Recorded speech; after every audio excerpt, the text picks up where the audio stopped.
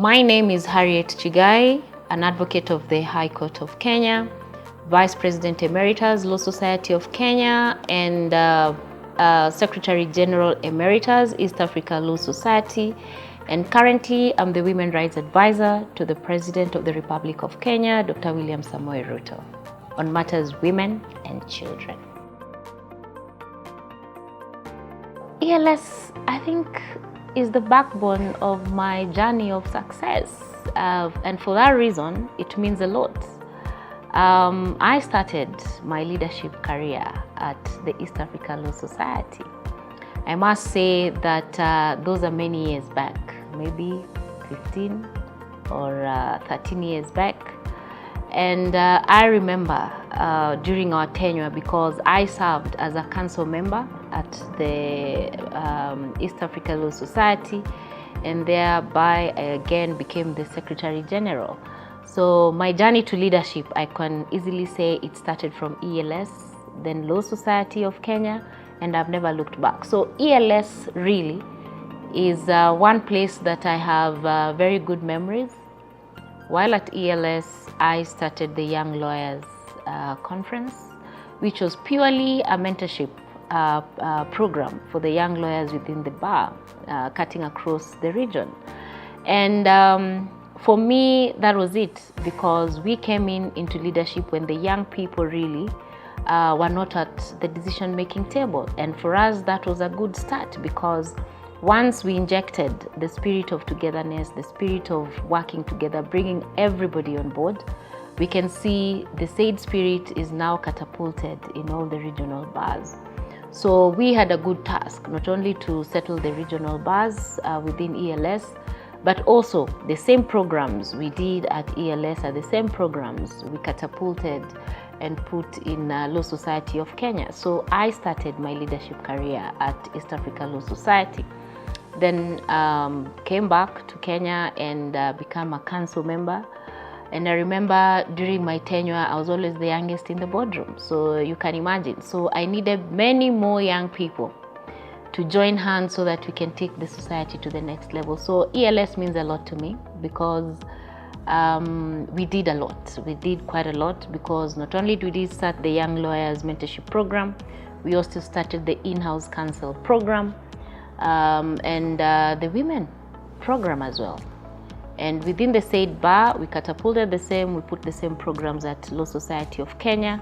And within the Law Society of Kenya, we also added more, including Member Services Committee. And I hope EALS now has the Member Services Committee. And here we are. You can see how the institution has grown, because it's been quite a journey for the regional bars. Yeah.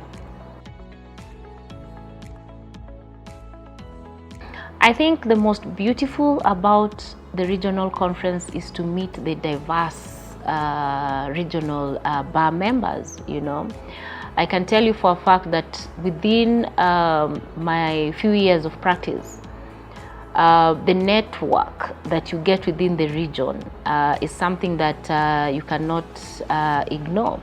So despite the fact that we have all the partying, we have all the reading, we have all the sitting, you know, the best part about the EALS annual conference is to meet people, is to meet our brothers and sisters within the region and share ideas, share practice ideas, interact, and above all, just relax, you know, because you'll agree with me that the legal profession is really a tough tackle, you know, career for all lawyers. And sometimes taking a break is as good as taking a rest. So for me, I think I look forward to meet the new faces, the young lawyers who've come up, to meet old friends, you know, cutting across the bars, and above all, just to have a good time, you know.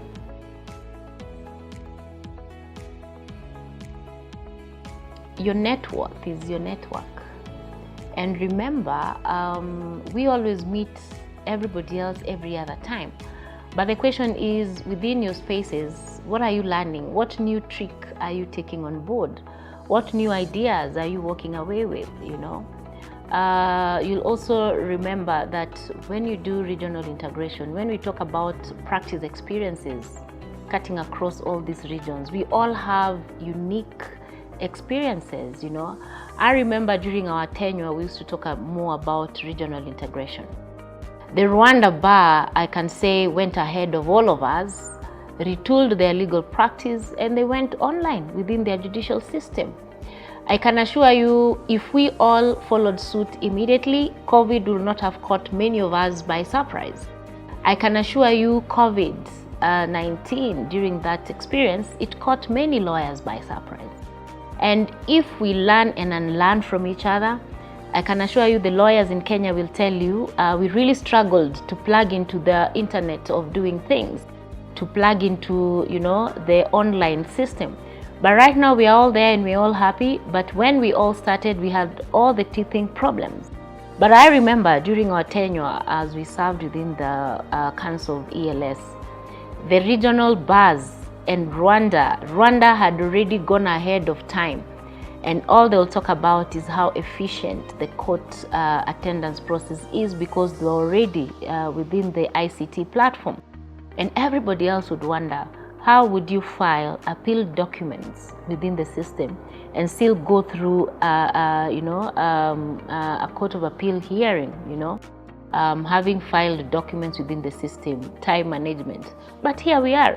So for me, I think it's important that regional heads, regional lawyers get to meet, get to share experiences, get to learn and learn from each other, network, create opportunities for each other cutting across the regional bars, build their practices, by networking, create forums where they can engage freely, and it's important because now, even as we speak, we now hold meetings within the system, within the ICT system.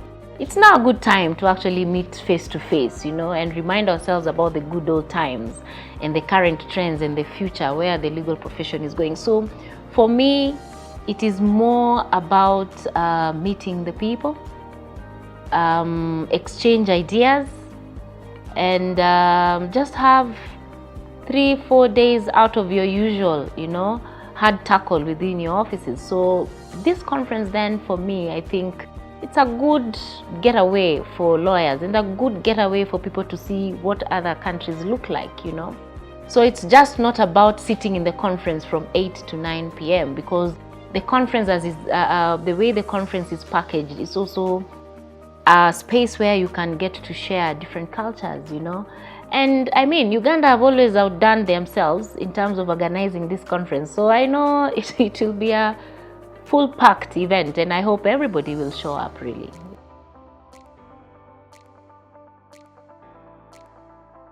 Governments, non-government entities, NGOs, private sector, I mean, we have opportunity to create policies, legal frameworks, put in place regulations, and it's important that government officials, because most of these discussions, when they happen away from government, then we create a disconnect, because I believe all arms within a society should be able to synergize. So if there's a policy shift and it's being discussed at ELS level, where are the government officials? Where are the non-state actors? Where is the private sector? So it's important that convergence of minds, where everybody will be able to take something away. And if policies have to be put in place, it's best if you also have government officials sitting in so that they can guide. They can also listen in so that whichever policies they're going to put in place, or whichever policies that are being shaped, they actually speak to the needs of the entire region. Well, for many years, we've been talking about regional integration. And it's important that governments sit together, because who is then going to implement some of these discussions, Even if the regional bar heads go back and put or jot down the resolutions that come out from these conferences, it's also important that the practicality of implementing those resolutions are well inculcated within all the systems or all the arms of government. So for me, I think that is it. Resolutions are passed, they collect dust. But if these resolutions are passed, which are going to change policies, they're going to change laws, let the discussion be holistic so that all players are present, so that it's not, and so that it's all systems go.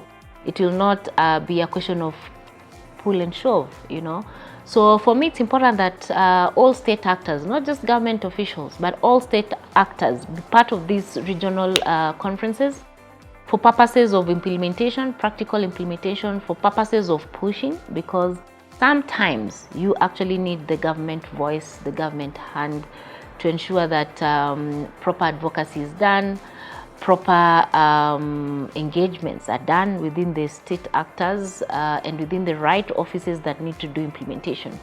So for me, really, I would urge that government officials cutting across all these bars should not only attend, but even support more young people to attend this conference so that we can also pass the baton in terms of who else can hold the mantle after we've left the office. So for me, I think it's a rallying call really that everybody should show up for the EALS conference because it's the place to be.